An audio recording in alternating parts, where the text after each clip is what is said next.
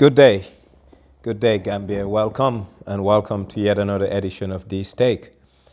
Indeed, it's been quite a while since I came out to talk about issues that affect us, issues that concerns us, and issues that I think ought to be in the public space, issues that we need to talk, debate, discourse, and hope that the government will find a way or a solution to resolve them.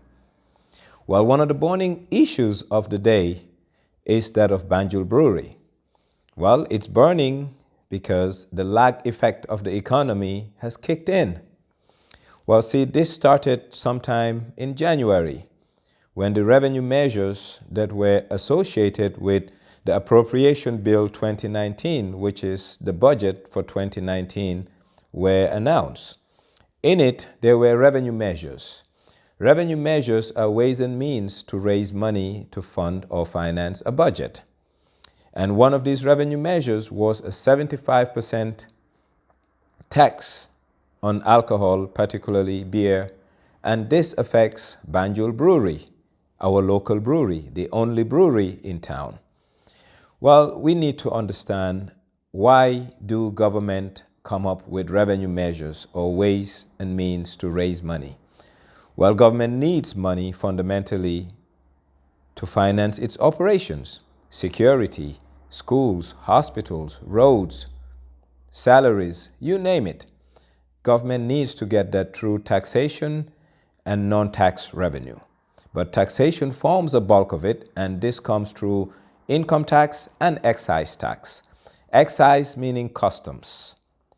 Now, when we look at the Banjul Brewery issue, we need to understand one thing: the dynamics of the Gambian economy. The Gambian economy is highly dependent on tourism. Tourism is highly dependent on Western arrivals, particularly Scandinavians and British. And we know that the Brits are very good at drinking. So alcohol forms a basis of their holiday. And if the prices are stable and relatively affordable, the brewery will make money because the volume of alcohol sold during a particular season will be phenomenal. If there's a price hike, and an unusual hike of 75%, this will affect the tourism sector directly because the guests coming to Gambia or tourists will drink less. When they drink less, consequently, the brewery is affected. When the brewery is affected, the very people who are trying to raise taxes are equally affected, and that is the government of the Gambia. So it becomes a zero-sum game. Nobody wins. And we don't want a situation whereby no one wins. We want a situation that is optimal, whereby everyone is a winner and no one is a loser. And I do hope that when the government was trying to come up with their revenue measures, their whole idea was, we want to raise money. But as a fiscal economist and a macroeconomist, to be precise, I think you need to understand the dynamics of the very revenue you're trying to raise. Because economics is a behavioral science, and the economy takes a cue on our decisions and actions. Therefore, if someone has a budget of $2,000 to spend on alcohol a month, and they were able to get 45 bottles of beer over a 30-day period with their $2,000, and now their $2,000 is giving them nothing less than 20 or 18 bottles. It means they have to rationalize how and where they spend their money. Having said this, this is why the brewery is crying today, because the brewery is not even at a break-even point. They're beginning to lose money, and no investor is in the business of losing money because they're not charitable organizations, they're for-profit organizations. And that's why the government needs to get back to the drawing board to see how to resolve this problem. But this problem can't be resolved by way of executive order or the Exchequer, Ministry of Finance, just coming up with a decision. This has been cast in stone by making a law. And now government needs to go back through the Ministry of Finance back to the very parliament that passed the 2019 appropriation bill. But also parliament having an oversight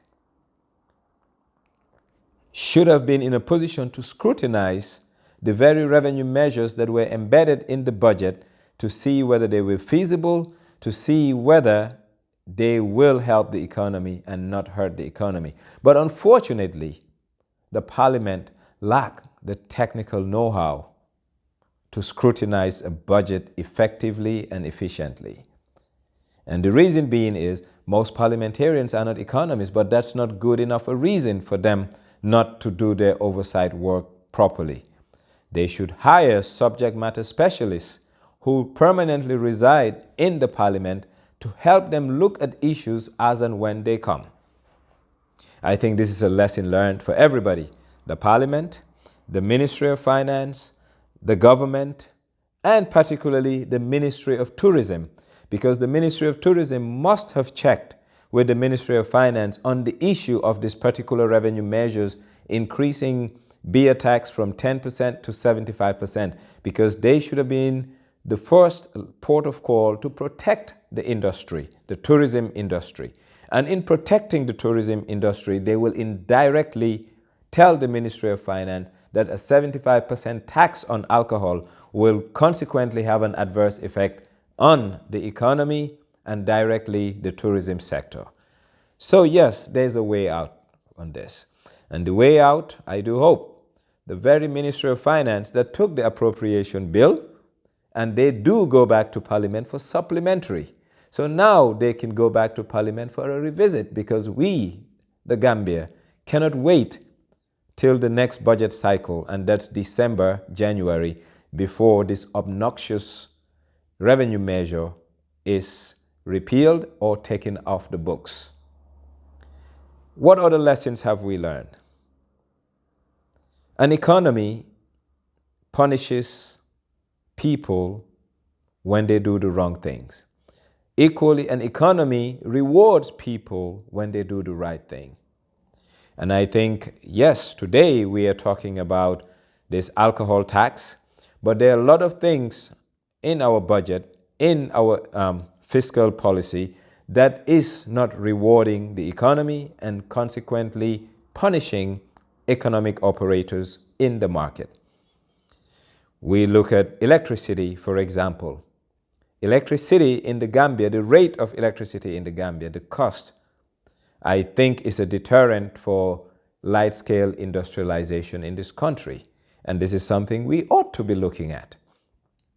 Equally, we look at our tax, especially on the payroll, whereby you have expatriate quotas and all of these things. These are all deterrent for would-be investors to come in and look at the economy. We want an open economy, a free economy, and when we say a free economy, an economy that is not discretion-based, but an economy that's rule-based. Wherever you have a rule-based economy, corruption doesn't thrive, because the rules determine the privileges and rights that economic operators have. But in an environment where there's too much discretion, things like this happen. And a classic example is if you charge importers or breweries 75%, they will do their best to stay in business. But while staying in business, they will make sure they collude with revenue collectors to make sure that either their total transaction volumes are suppressed, and once these things are suppressed, the coffers of the state will not see the money, but individuals collecting revenue on behalf of the government sees cash. So society loses. Therefore, taxes has always have what we call an optimal level. What's the optimal level of taxation? After a certain percentage of tax, you're forcing the tax to go below the radar. And when we say below the radar, it will get to a point where people who are in the private space will collude with revenue collectors, and nobody wins. Therefore, the Ministry of Finance, a lesson learned. And the lesson is, you cannot tax your way to prosperity, and taxation should not be the way to build this Gambian economy. This Gambian economy must be built on rewarding ideas, entrepreneurship, and also making the taxes are minimal. Let us make money through value and wealth creation, not taxation. If we do that, we will create a better Gambia. If we do that, the Gambia will have an economy that is open, liberal, and fair to trade. And right now, that's what we lack.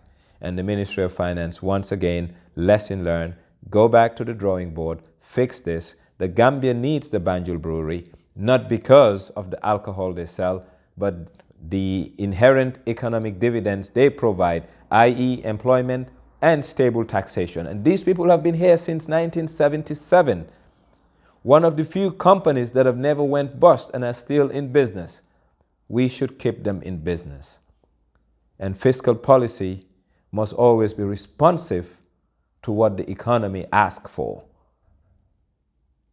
Let's cut the Gambian budget to our size and not overtax this economy. An overtaxed economy is an economy that is not prosperous. An overtaxed economy is an economy that doesn't have growth prospect. An overtaxed economy is giving opportunities to investors to de-invest and go to other countries and invest. Let's make Gambia competitive. Let's make Gambia open for business. And when we say open for business, a rule-based country whereby investors will rely on rules, not individuals and discretion. Until I come your way again, this was D's take and my take on the issue of the Banjul Brewery. So Ministry of Finance, do the right thing. Try and go back to Parliament and make sure that this issue is taken off the Appropriation Bill 2019 as an addendum or a revenue measure embedded in the budget for 2019. God bless Gambia.